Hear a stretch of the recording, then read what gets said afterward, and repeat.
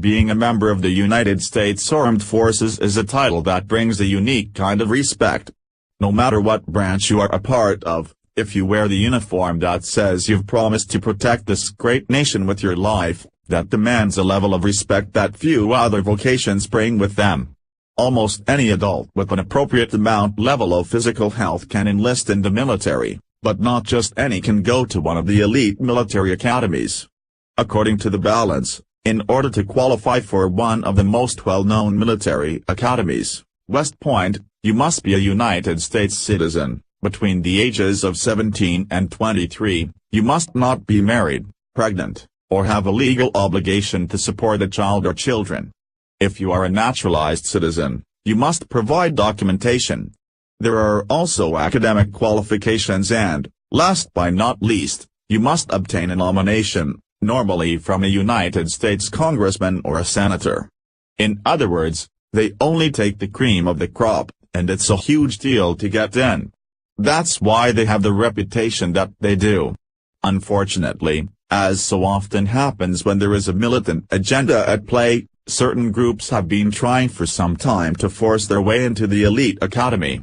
As of just a few days ago, the LGBTQ community was finally able to leave their stamp on the hallowed grounds forever. The Daily Mail glowingly reports that 2 Apache pilots were finally able to be the first gay couple married at West Point. 2 Army captains exchanged vows at West Point in what is believed to be the first active duty, same-sex marriage at the esteemed United States Military Academy. Daniel Hall, 30, and Vincent Franchino, 26, are both Apache helicopter pilots and were married at the New York School's Cadet Chapel on Saturday, January 13. The New York Times reports. The captains, who are now stationed together at Fort Bliss in Texas, were married in front of 150 family members and friends, 34 of whom were military officers. Daniel Hall, left, and Vincent Franchino, right, kiss while receiving a saber arch salute as they exit the United States Military Academy's Cadet Chapel, at which they were married on January 13. The couple sported their blue Army uniforms and received a saber arch salute as they left the chapel.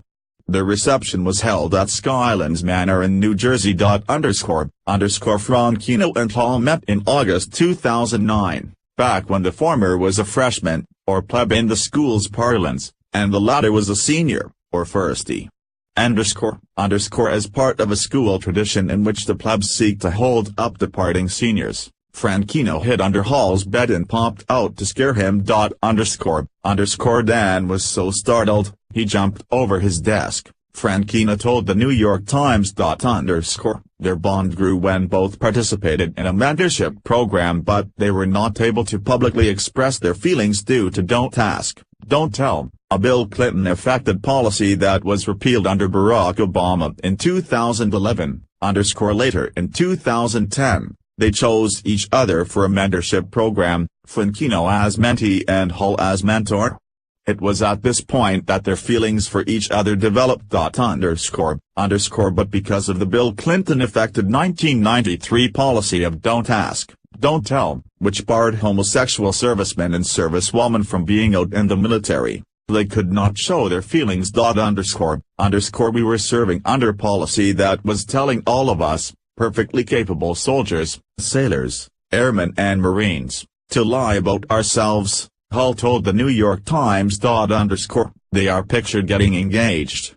Their bond has withstood multiple challenges. Being called FTS while on dates, being deployed to different locations overseas, to get to the point where they could walk down the aisle together. But when Don't Ask, Don't Tell was repealed under Barack Obama in 2011, they came out in public with their relationship. They weathered multiple challenges, being called FTS while on dates, being deployed to different locations overseas, to get to the point where they could walk down the aisle together. At one point, when Hall was deployed along with his Boeing AH-64 Apache to South Korea, They called their relationship off temporarily. But they got back together and may now hope to live happily ever after. The couple, which will now go by the last name Franchino Holm, enjoyed their first dance as married men to La Vie en Rose by Edith Piaf.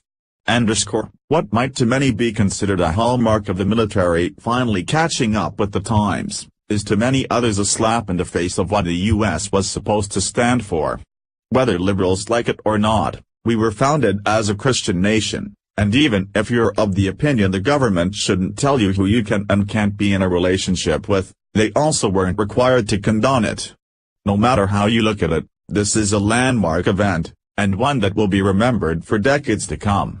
West Point has once again made history. Let's just hope the military giants of the past have looked away and are not seeing what has been done with their legacy.